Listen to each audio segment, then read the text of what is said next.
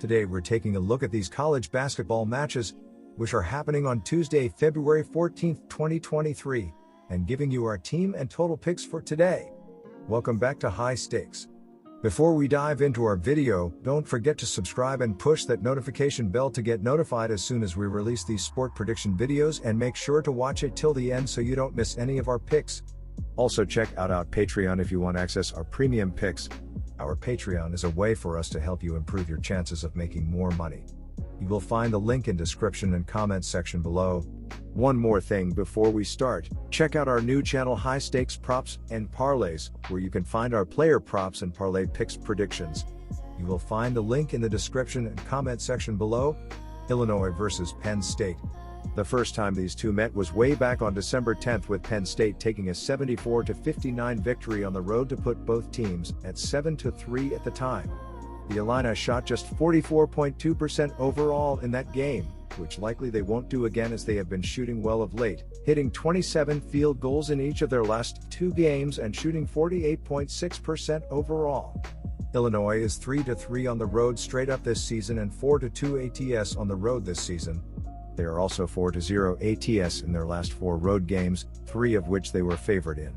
Penn State is 7-5-1 ATS at home this season, but this will be the very first time they have been the underdog on their home court this year.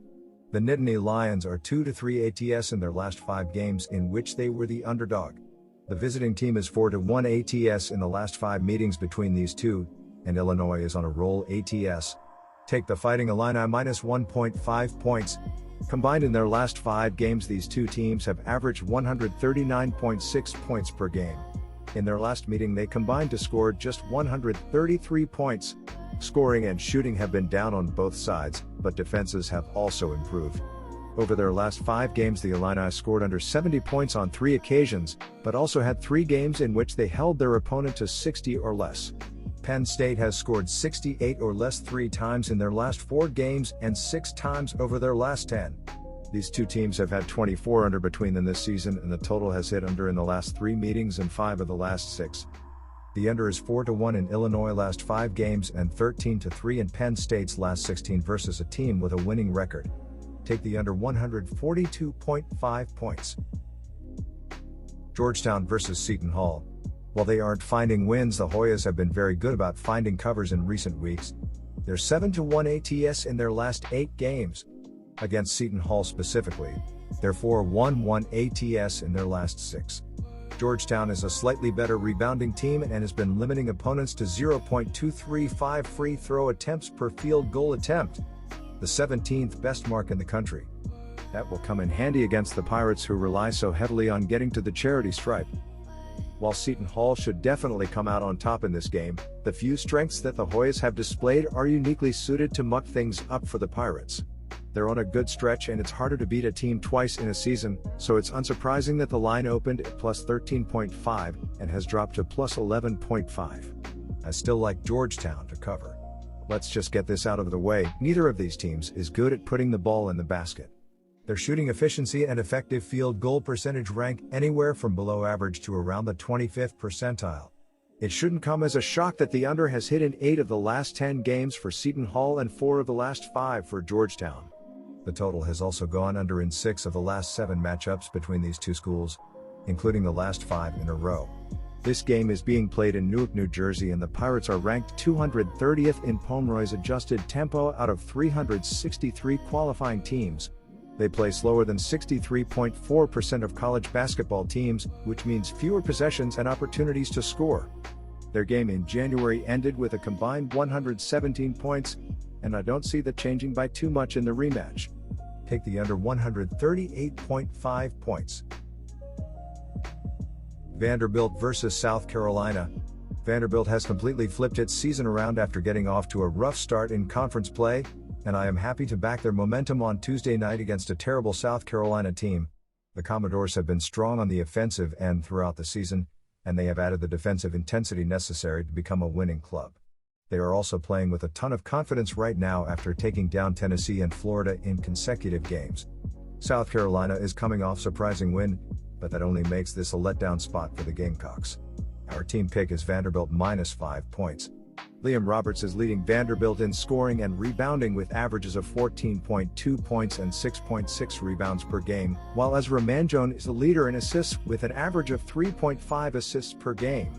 Vanderbilt has 3 players averaging double figures in scoring and as a team is scoring an average of 71.2 points per game, while shooting 42.1% overall and 33.2% from three-point territory.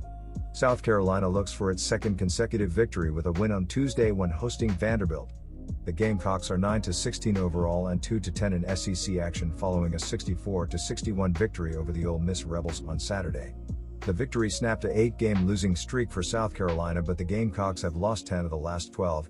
Gregory Jackson too is leading South Carolina in scoring and rebounding with averages of 15.7 points and 6.2 rebounds per game, while Meechis Johnson is the second leading scorer and the leader in assists with averages of 12.2 points and 3.4 assists per game. South Carolina has 3 players averaging double figures in scoring and as a team scores an average of 64.1 points per game. Our total pick is over 139.5 points. Kent State versus Western Michigan. During Western Michigan's earlier loss at Kent State, the Broncos trailed by 17 points and got the lead down to 2 before losing by 8. Western Michigan was playing better at that stage of the season. Kent State hit 23 of 25, .920 from the foul line. Western Michigan is 0-6 against the spread in its last 6 games. Kent State is 2-4 ATS in its last 6, but 2-0 in the last 2. Western Michigan is 2-4-1 ATS at home, while Kent State is 8-4 ATS on the road. Take Kent State minus 12 points. During its 8-game losing streak, Western Michigan has averaged 67 points per game and allowed 77 PPG. If these averages continues, then the over will be met. In addition, the over is 4-1 in Kent State's last 5 games versus a team with a winning percentage below .400. Western Michigan's winning percentage is .240. Both teams do fairly well in transition, which leads to easy points. Western Michigan averages 9.88 fast break points per game while Kent State is at 9.80. Kent State has the added incentive of being very much in the MAC race, while Western Michigan's main goal is to get out of last place. Take over 141.5 points. Southern Illinois versus Valparaiso. Southern Illinois has covered the spread in 4 of their last 6 games against Valparaiso, including the last 3 in a row. I'm calling it that the streak ends here.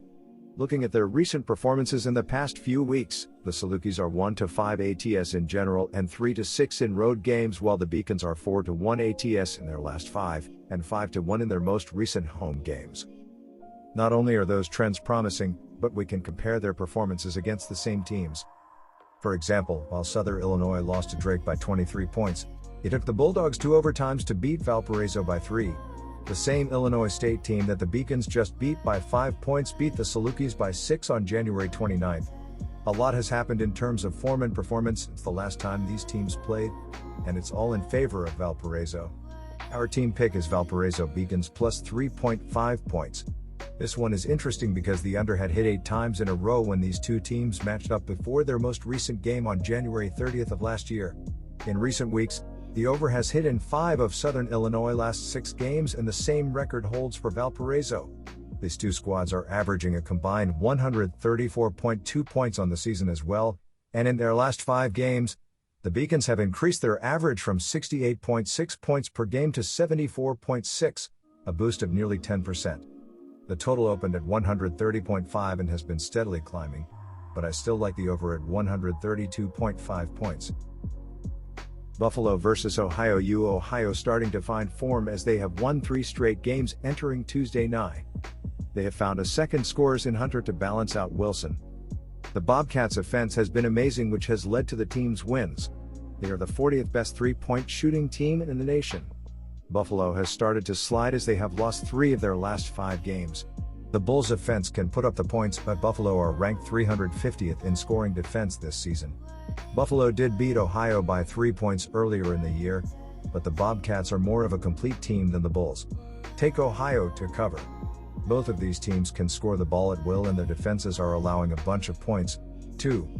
The over is the play here, as this game will be a track meet as Buffalo and Ohio go up and down the floor all evening.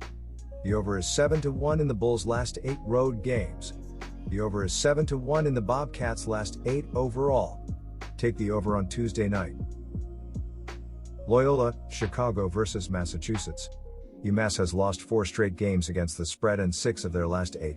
The Ramblers have won 3 of 4 against the spread and 4 of their last 6. The Ramblers have been dreadful away from their home court this season, winning only twice in 13 tries. UMass has played well at home and had a 7-4 record there. Look for the Minutemen to take advantage of the Ramblers' road struggles. Take UMass to cover. Both teams rank low in several key defensive categories, but both teams also have trouble putting the ball in the hoop at times. The Ramblers have gone over in 3 of their last 4 games and have scored 69 or more points during that stretch. UMass has scored 72 or above in 4 of their last 6 games.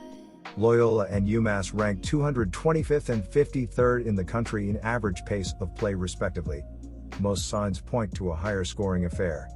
Look for this game to go over 146.5 points. Central Michigan vs. Bowling Green. The Chippewas had no answer for Bowling Green's offensive firepower last month, even though that game was played at Central Michigan. The Falcons shot a blistering 55% from the field and 10 of 19 from three-point range. Ayers shredded the Chippewas for 24 points on 8 of 12 shooting. Ayers is the best scorer on the floor, and I expect him to have another big game on Tuesday, as he's averaged 21.7 points per game in his last 3 home contests. Neither team has been good against the spread, but the Falcons are the better rebounding team and they turn it over about 4 times fewer per game than the Chippewas. They'll control this game. Central Michigan simply doesn't have the firepower to keep up with Bowling Green on the scoreboard. I'm taking the Falcons to cover. This is an interesting matchup between teams with contrasting strategies. Bowling Green has relied on its offense to win games since they can't stop anyone defensively. The Falcons have given up so many points that they have an over/under split this season of 14/9 in favor of the over. Central Michigan, on the other hand, has struggled to score points but is fairly reliable defensively.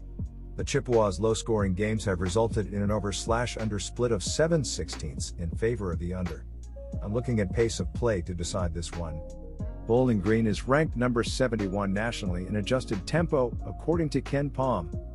Central Michigan is ranked number 178, which is fast considering they only score 66.3 points per game.